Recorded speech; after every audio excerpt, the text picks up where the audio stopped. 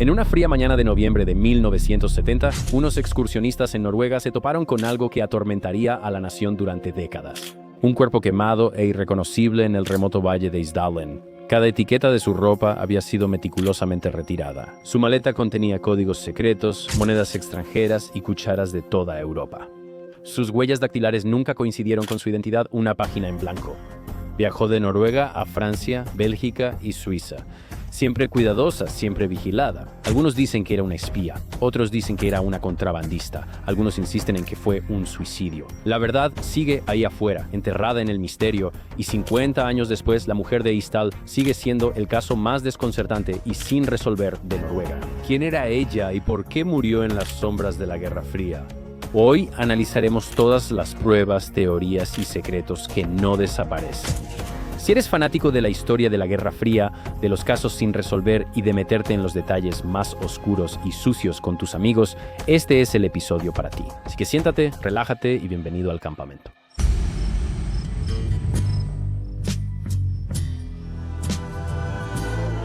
Hola a todos, bienvenidos de nuevo al campamento. Soy Cam Gañón y gracias por estar en mi tienda. Cada semana exploramos historias interesantes y controvertidas de todos los tiempos. Por siempre, así es. Este es el lugar donde literalmente me siento en mi tienda de campaña y me sumerjo profundamente en todos mis extraños agujeros de conejo de Wikipedia.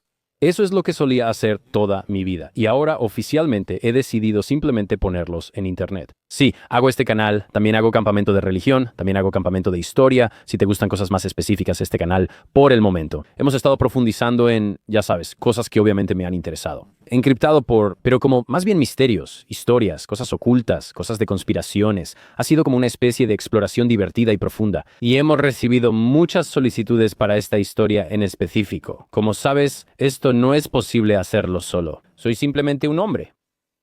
Con la ayuda de nuestra gente maravillosa que nos escucha, la mayoría de ustedes son directores generales. Inversionistas de alto patrimonio, especuladores. Ya sabes, creo que el patrimonio neto de nuestros oyentes promedio es como, ¿qué? 1 billón, 40,000 en algún lugar entre 40,000 y 1 billón, probablemente. Pero no sería posible sin ustedes, y más importante aún, no sería posible sin mi querido amigo Cristos, uno de los hombres más ricos que he conocido. ¿Cuál es tu patrimonio neto actual? Sé honesto, seguro diré 10 cifras. Me va bien. Oh, esa es una respuesta de rico, y me molesta, así que necesito que ya no hables en este episodio. Está bien, no permitiré que el 1% me hable con superioridad. Muy bien, chicos. Hoy vamos a hablar de una historia fascinante, realmente fascinante. Esta historia combina crimen real, espionaje, misterio y conspiración. Para mí es la mezcla perfecta. A veces haces cosas de crimen real y simplemente son tristes, como cuando una mujer fue asesinada por un tipo terrible y luego él murió, pero también fue abusado cuando era niño. Así que todo apesta y es como, bueno, ¿qué es eso, no? Esta historia tiene misterio en capas. ¿Involucra a una mujer fallecida? Sí, está bien, pero no me emociona ni me gusta. Cuando mueren mujeres me molesta mucho. Es de lo que menos me agrada. Cada vez que veo sexismo me pongo realmente furioso. Pero también hay misterio aquí, así que siento que algunos chistes de vez en cuando están permitidos. ¿Es justo? Relajan el ambiente. Sí, claro, justo lo que necesitamos en un hermoso martes, miércoles o jueves. Todo inicia la mañana del 29 de noviembre de 1970. Hay un hombre y sus 2 hijas y están caminando por el valle de Isdalin, justo afuera de Bergen, Noruega. Actualmente el área se conoce como el Valle de Hielo, y no es el tipo de lugar que realmente vas a visitar para divertirte mucho, ¿verdad? Es frío, es rocoso, es bastante tranquilo. Es un trozo de naturaleza salvaje que siempre parece guardar secretos. Así que mientras siguen su camino en su pequeña caminata, algo entre las piedras llama su atención. Este tipo de objeto oscuro y lo que encuentran ese día se convertiría en uno de los misterios sin resolver más extraños, ciertamente de la historia noruega, tal vez de la historia europea y quizá de la historia del mundo. Tirado justo ahí, medio oculto por las rocas, estaba el cuerpo quemado de una mujer. Está de espaldas. Su rostro y la parte frontal de su cuerpo están tan carbonizados que nadie podría reconocerla. Está casi como desnuda y hay rastros de ropa quemada. Y este es un estado bastante extraño para alguien en cualquier lugar en realidad, pero específicamente en esta parte de Noruega. A su alrededor hay indicios de un incendio. Después, los investigadores hallaron los restos de 2 maletas sin etiquetas y una botella vacía de fenómenos. Es como una pastilla para dormir potente y lo que quedaba en algunos contenedores de gasolina, ahora solo latas. En la autopsia, los doctores hallaron que ella ingirió entre 50 y 70 pastillas para dormir sin digerir. Pero lo que realmente es extraño de todo este caso fueron los detalles que la policía realmente encontró. Le quitaron todas las etiquetas de la ropa y las joyas no tenían marcas. El fuego había causado tanto daño que muchas de sus características físicas eran simplemente imposibles de reconocer. Fuera quien fuera, alguien, o tal vez ella misma, se había esforzado mucho por borrar su identidad, según el primer informe policial. Como cualquier otro, ¿verdad? Era bastante objetivo, preciso y, ya sabes, un poco carente de emoción. Pero entre líneas hay algo realmente extraño. Esto no fue un accidente de senderismo que salió mal. Ya sabes, como un caso simple de suicidio normal en las montañas, lo cual sucede de vez en cuando. Parece planeado y organizado y cuidadoso y mucho más extraño de lo que cualquiera podría explicar. Después de la autopsia, los resultados solo generan más preguntas. La mujer tiene entre 25 y 40 años, lo que no ayuda mucho a identificarla. Es pequeña y delgada, mide 1.62 metros y tiene un trabajo dental llamativo. Varios dientes tenían coronas de oro. Ahora, esto es común en algunas partes del mundo, pero en ese entonces era raro verlo en Escandinavia. Pero era más común en Europa del Este, o en Europa del Sur, o incluso en Sudamérica. Para los patólogos, esto sugería que ella podría provenir de fuera de Escandinavia. Las quemaduras en su cuerpo también cuentan una historia extraña. Quiero decir, su rostro y cuello están gravemente quemados, pero su espalda tiene mucho menos daño, como si el fuego se hubiera concentrado específicamente en los rasgos identificables frente a ella, lo que ahora es aún más inquietante. Los doctores hallaron rastros de humo en sus pulmones, lo que indica que aún respiraba cuando empezó el incendio, ahora en su estómago. Encontraron rastros de, como dije, de 50 a 70 fenomenaltos, y esto es como un barbitúrico fuerte. Y estas pastillas son rosas, y esta es una variedad que se vende en Inglaterra en lugar de la versión blanca que normalmente se vende en Noruega. Ahora, fue suficiente para dejarla inconsciente y probablemente muy sedada, pero no necesariamente suficiente para matarla de inmediato. El equipo médico no pudo precisar la causa de su muerte. Pudieron ser las pastillas, el fuego o el monóxido de carbono que inhaló mientras ardían las llamas. El informe concluyó que murió por una combinación de incapacitación por fenobarbital y envenenamiento por monóxido de carbono. Literalmente, por el monóxido de carbono, las llamas y las pastillas que había tomado.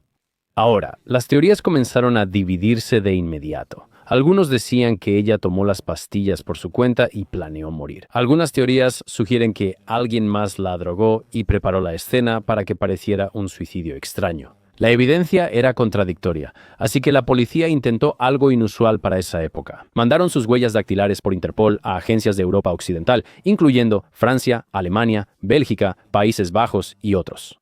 Los resultados fueron iguales en todos los lugares donde las enviaron, sin coincidencias. Así que, quien fuera, nunca fue arrestada. Trabajó en un empleo con huellas dactilares ni sirvió en el ejército. Así que, en este punto de la investigación, la policía no tiene una imagen clara de cómo se veía ella.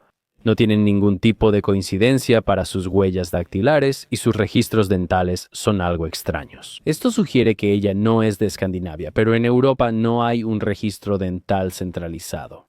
La pista, como las otras, no lleva a nada. A pesar de eso, los investigadores no se rindieron. Incluso con su rostro destruido, comenzaron a reconstruir su historia solo con trabajo detectivesco a la antigua. Acuden a recepcionistas, conductores de tren y meseros que quizá la vieron, y poco a poco surge una pista. Se registraba en hoteles con varios nombres, hablaba distintos idiomas y siempre parecía paranoica o vigilante de quienes la rodeaban. Los testigos la describieron como educada, bien vestida, pero algo distante y quizá altiva. Con estos relatos, la policía empezó a seguir sus movimientos por Europa, un alias, una ciudad y un rastro débil a la vez. La investigación finalmente comenzó a avanzar cuando la policía empezó a reconstruir sus pasos a través de estos registros de hoteles. Descubrieron que el 23 de noviembre de 1976, días antes de hallarla, ella se registró en el hotel Hortheimen en Bergen bajo el nombre de Elizabeth Leeuwenhauer, afirmando ser de nacionalidad belga. El personal la recordaba bien, era educada y amigable, pero algo en ella resultaba extraño. Según estos relatos, su inglés tenía un acento irreconocible. Era algo así como alemán, quizá francés, o tal vez algo completamente diferente.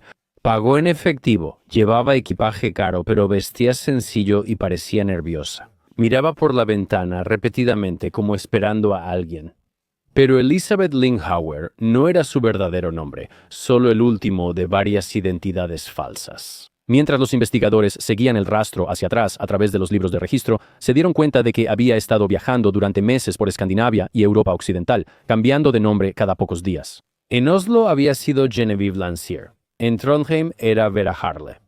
En diferentes hoteles de Bergen y Stavanger usó nombres como Claudia Tilt, Alexa Sarna Márquez, Claudia Nielsen. Siempre era igual, nombres extranjeros que podían estar en Europa, pero no eran de ningún lugar. Específicamente, cada alias venía acompañado de documentos falsificados o prestados, y ninguno de ellos llevaba realmente a una persona real. Recibos de hotel y registros de viaje mostraron que ella había visitado varios pueblos y ciudades en Noruega, Francia, Bélgica y Suiza entre marzo y noviembre de 1970. Nunca se quedaba en ningún lugar más de 2 o 3 noches, y siempre elegía hoteles modestos donde las preguntas eran bastante limitadas.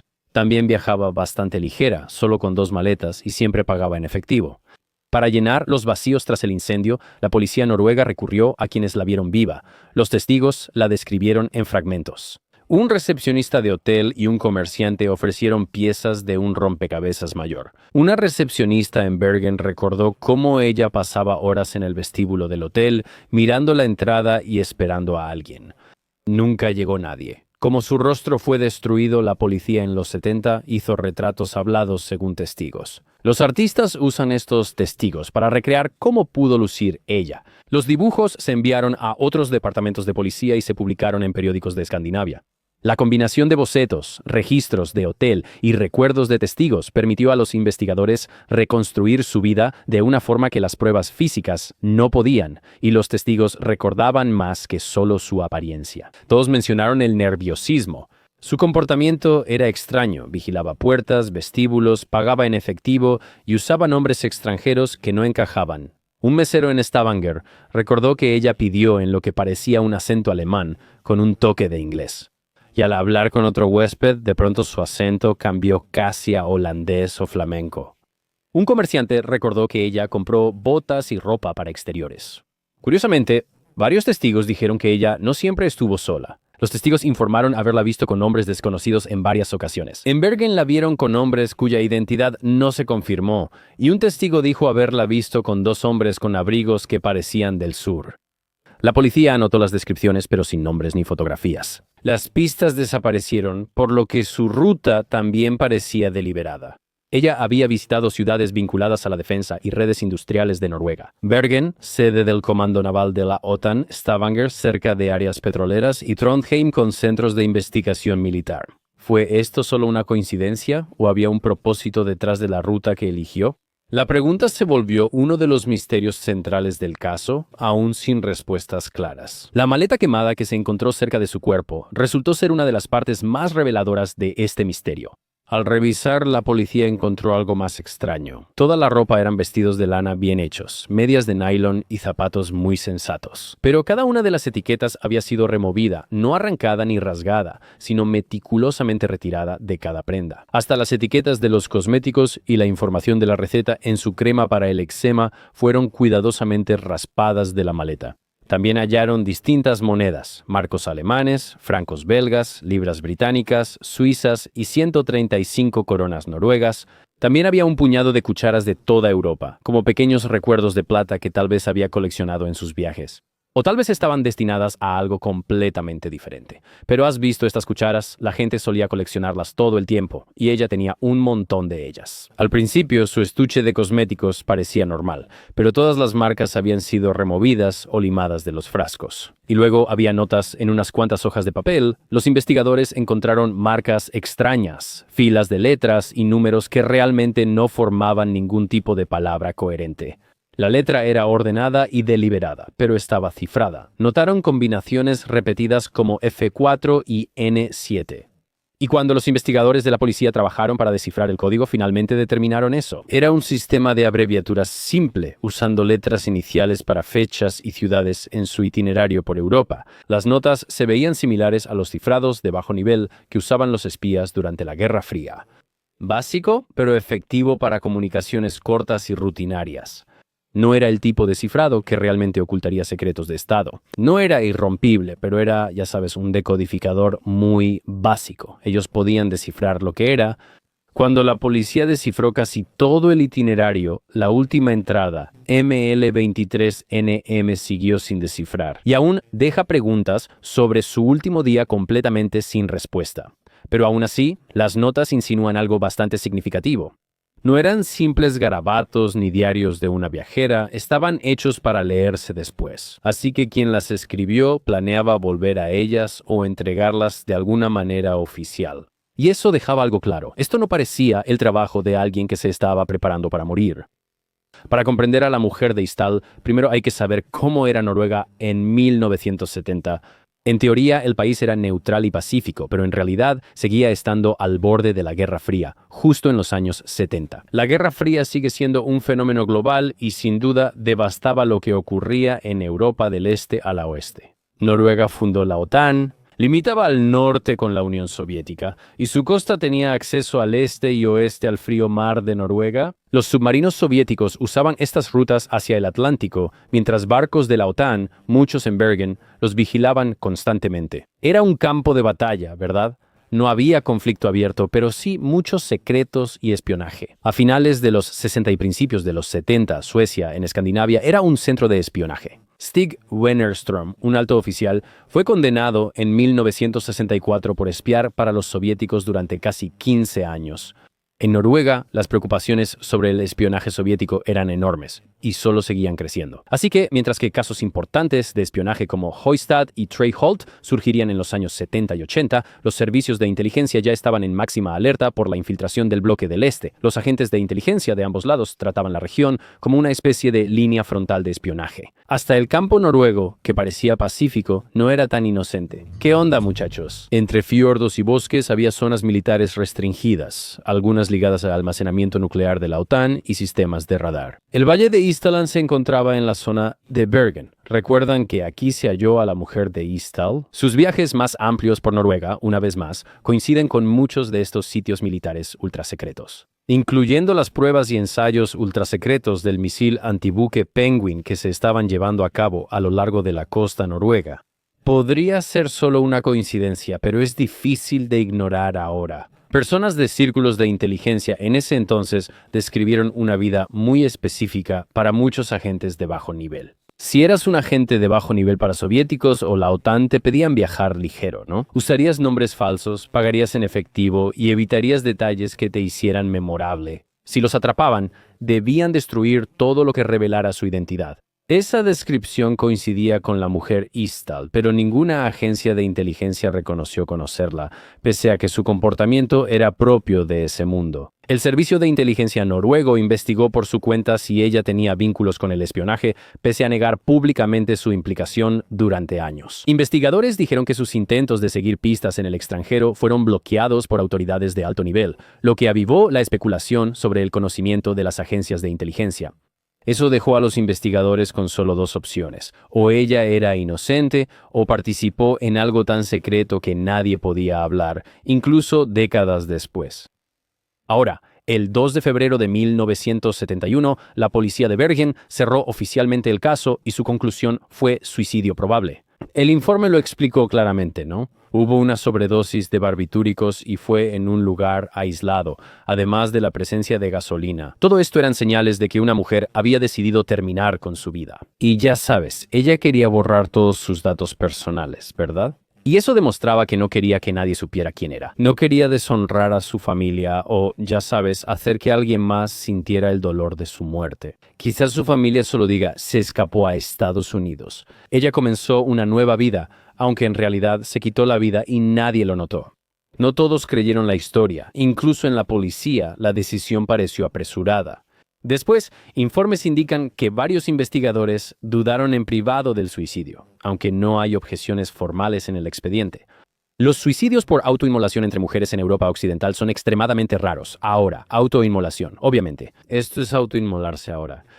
Esto técnicamente se consideraría una autoinmolación porque ella todavía estaba respirando en el momento del incendio. Supongo que la historia es que tomó todas las pastillas, se cubrió de gasolina y encendió un fósforo.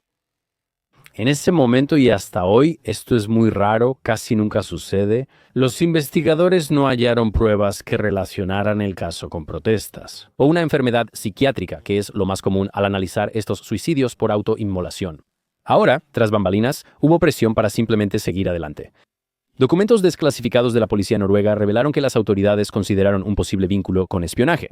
Después de notar sus viajes a estas áreas de pruebas militares, incluyendo sitios relacionados con este programa de misiles Penguin, que literalmente era un programa masivo y ultrasecreto de misiles para barcos del que no querían que nadie supiera. Noruega no quería un conflicto diplomático por la misteriosa muerte de una extranjera, así que el camino más fácil fue simplemente cerrar el caso, etiquetarlo como suicidio y dejar que se desvaneciera en la historia.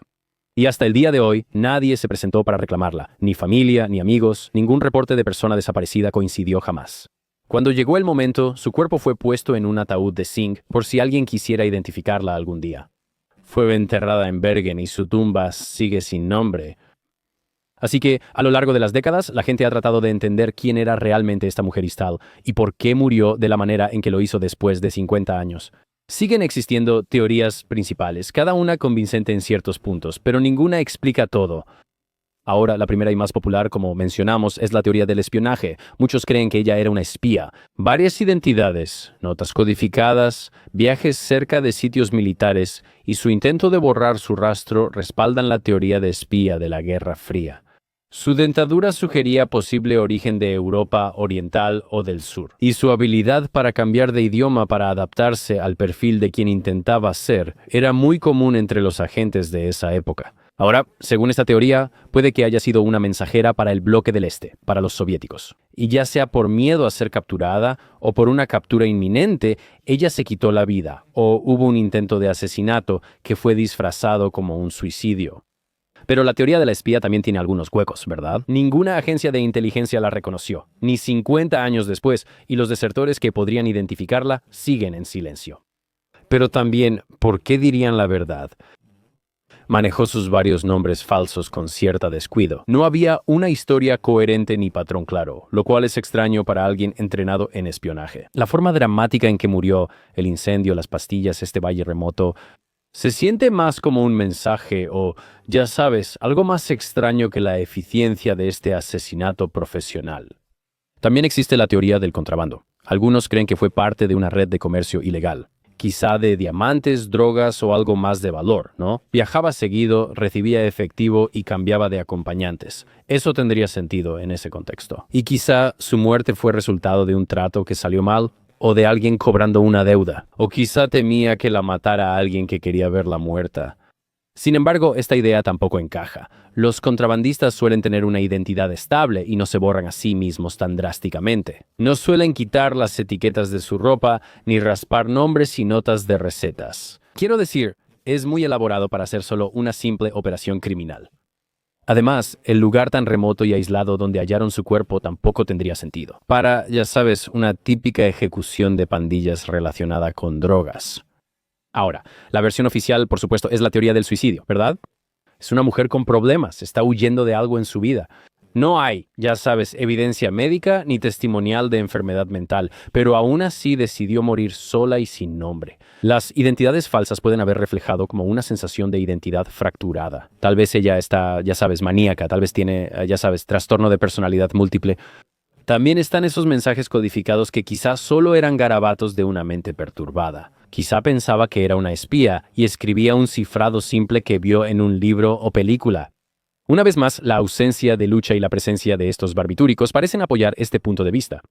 Pero incluso esa explicación es algo incompleta, ¿no? Viajar por Europa durante meses, manejar monedas extranjeras, tener dinero en primer lugar y además mantener múltiples alias requiere una mente bastante clara y una planificación cuidadosa. Esto no es el caos de alguien con una crisis psicológica o una enfermedad mental subyacente. Si solo quería desaparecer, ¿por qué dejar notas y hospedarse en hoteles rastreables? Y claro, está la teoría del asesinato, vinculada tácitamente con las otras mencionadas. Ella no murió por decisión propia. Que tal vez ella había visto algo que simplemente no debía ver, o falló en una misión peligrosa, o alguien estaba tratando de silenciarla. Las pastillas pudieron ser forzadas en su garganta y el incendio se provocó para eliminar evidencia. Los códigos se plantaron para despistar a los investigadores. Porque tal vez la persona que hizo esto también estaba al tanto de que estaba ocurriendo esto de la Guerra Fría soviética. Y tal vez podrían simplemente decir, oh, ella era una espía rebelde y con eso basta. Es un pensamiento escalofriante, ¿verdad? Que sepas que alguien llegaría tan lejos para borrar a una persona de la faz de la Tierra. Algunos de estos detalles están respaldados, ¿verdad? ¿Sabes? Incluso el patrón irregular de quemaduras, los informes sobre estos hombres y el momento en que se movieron cerca de esas instalaciones.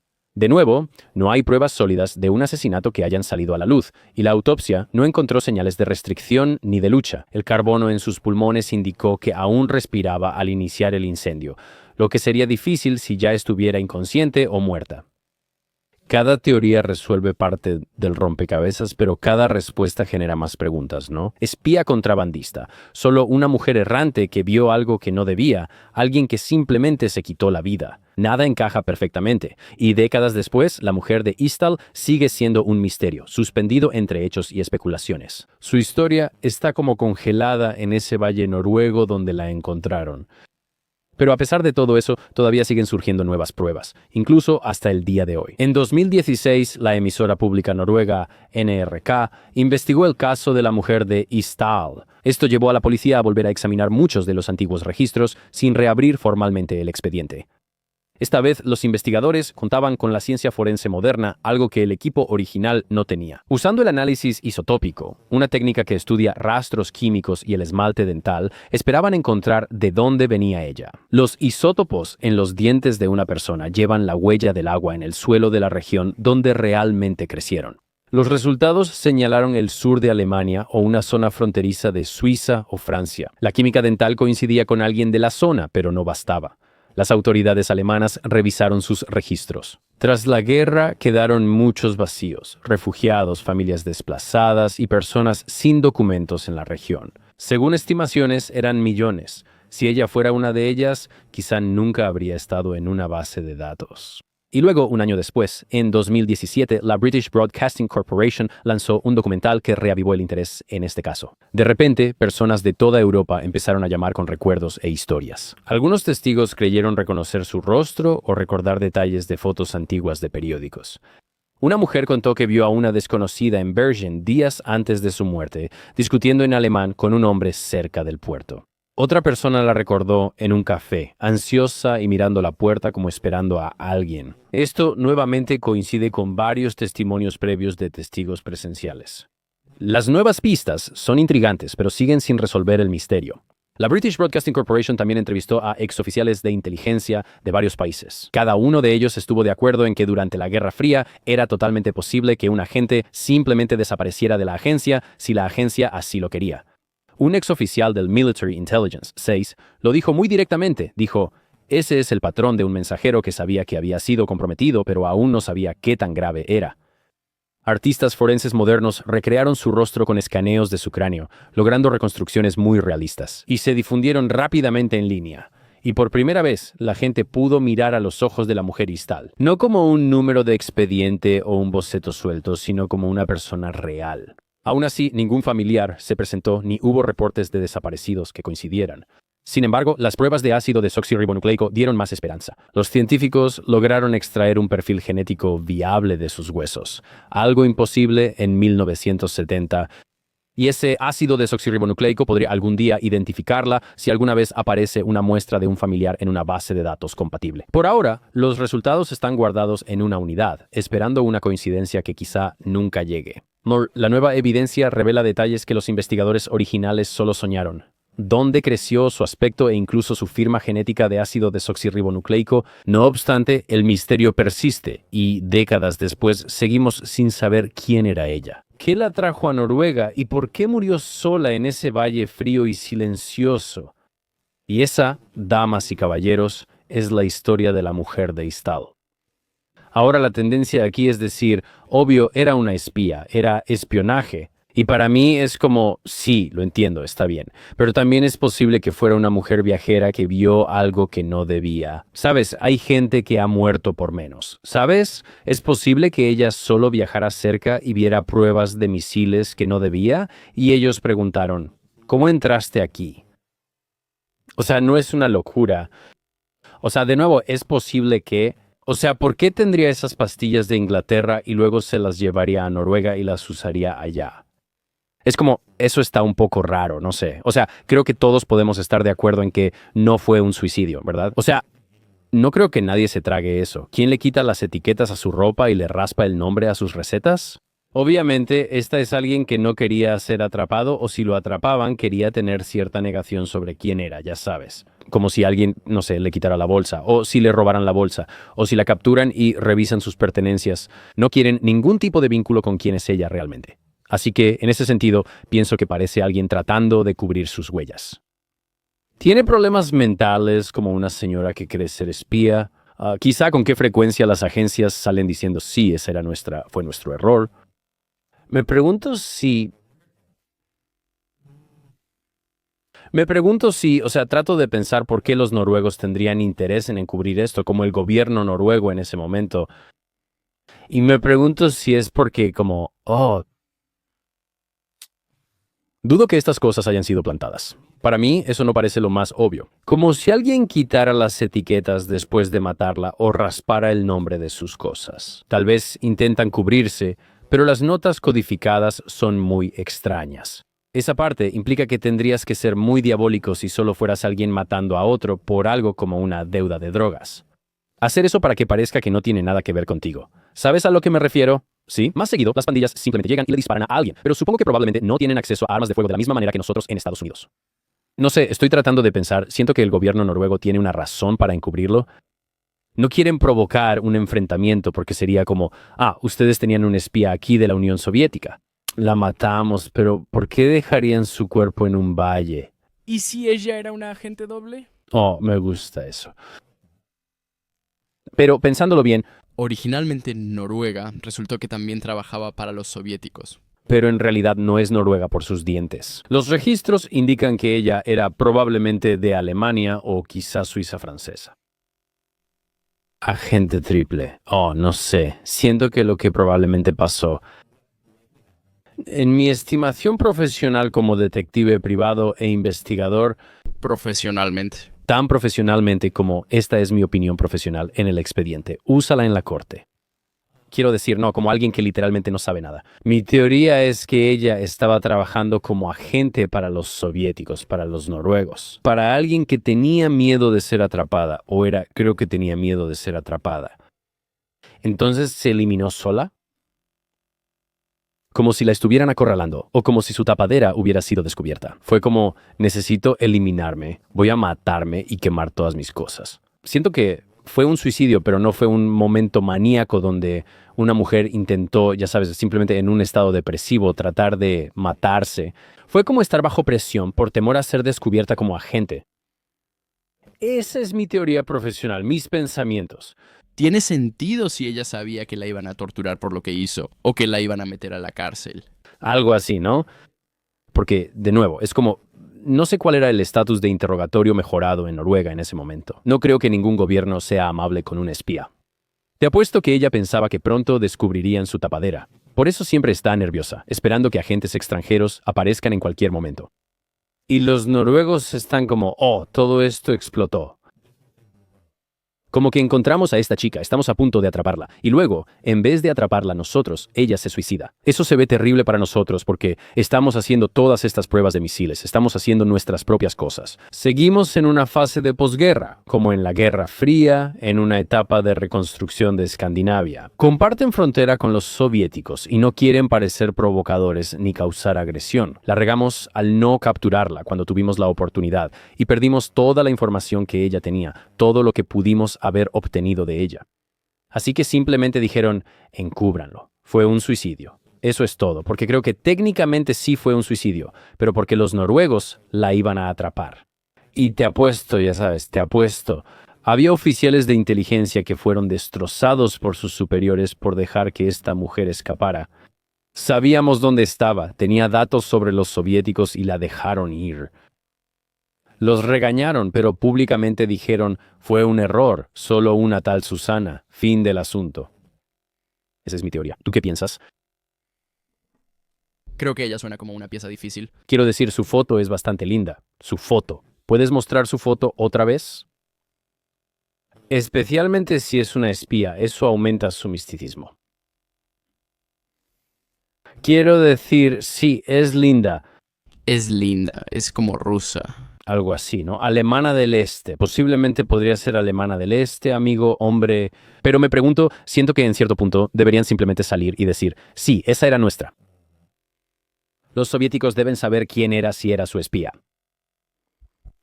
No sé, ¿ustedes qué piensan? O sea, por favor, me encantaría saber sus teorías. Siempre soy fan de, ya saben, si sabes más sobre esta historia que yo, quizá ya investigaste por tu cuenta, por favor, deja un comentario. ¿Hay algo que se me haya pasado? ¿Algo que no haya notado? Acepto correcciones amables. Dejen sus teorías en los comentarios, los leeré todos y también el principal del video. Los futuros también tendrán mercancía gratis. Los voy a rastrear al estilo de la CIA, al estilo de la KGB, al estilo de la inteligencia noruega. Voy a quitar las etiquetas de la mercancía y llevárselas a su casa. O simplemente se las enviaremos por correo, como sea. Muchas gracias a todos por sintonizar otro episodio de Campamento. Esto ha sido realmente maravilloso. Les agradezco mucho por apoyar este programa. De verdad significa mucho para mí que estas teorías locas y raras y los análisis profundos que encuentro interesantes también les parezcan interesantes a ustedes. Me hace sentir menos solo en este mundo loco y misterioso. Además, vengan a verme en la gira, Mark Agnon en vivo. Pueden conseguir boletos ahí. Viajaré a varias ciudades este año. Ojalá puedan visitarme. Muchas gracias a todos por apoyar el show, por darme un techo sobre mi cabeza, una carpa sobre mi pequeña gorra aquí y los veré de nuevo en el futuro.